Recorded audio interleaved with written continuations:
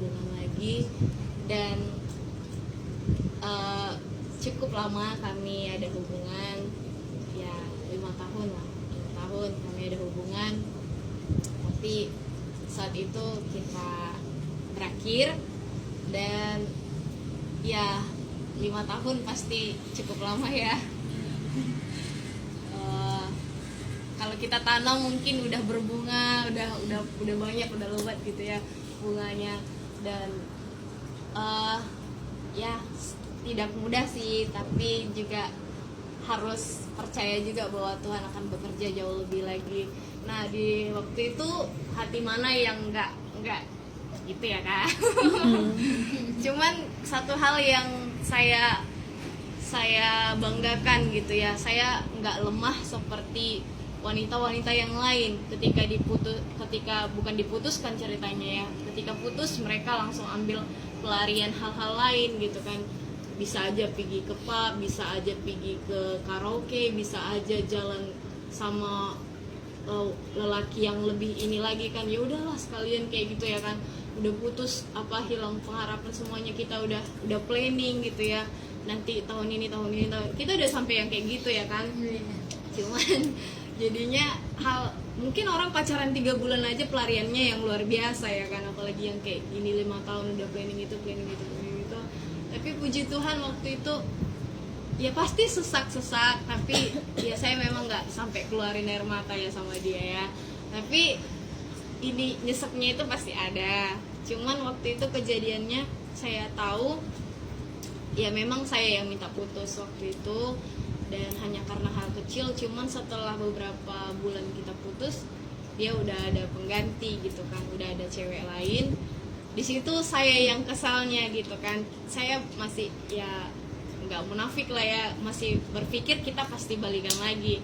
Tapi setelah saya tahu dia ada perempuan lain, saya langsung satu kecewa, satu berterima kasih. Tuhan tunjukkan siapa dia dalam kehidupan saya. Oh ternyata dia seperti ini gitu kan. Jadi saya langsung putus harapan gitu kan, udah nggak sama dia lagi gitu kan.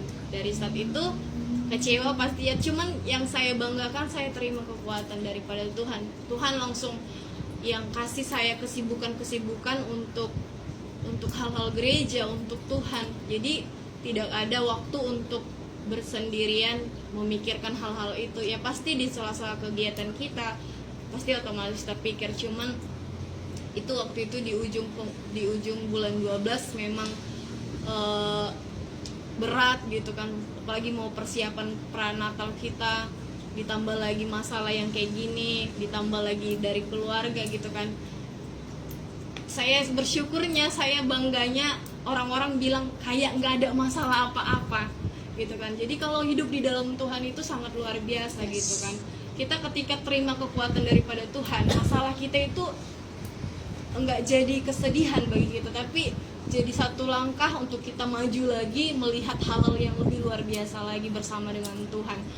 Banyak orang yang bilang, kok kayak nggak ada apa-apa di sini, dia ini udah putus sama ini juga kok kayak nggak ada apa-apa, biasa aja gitu kan.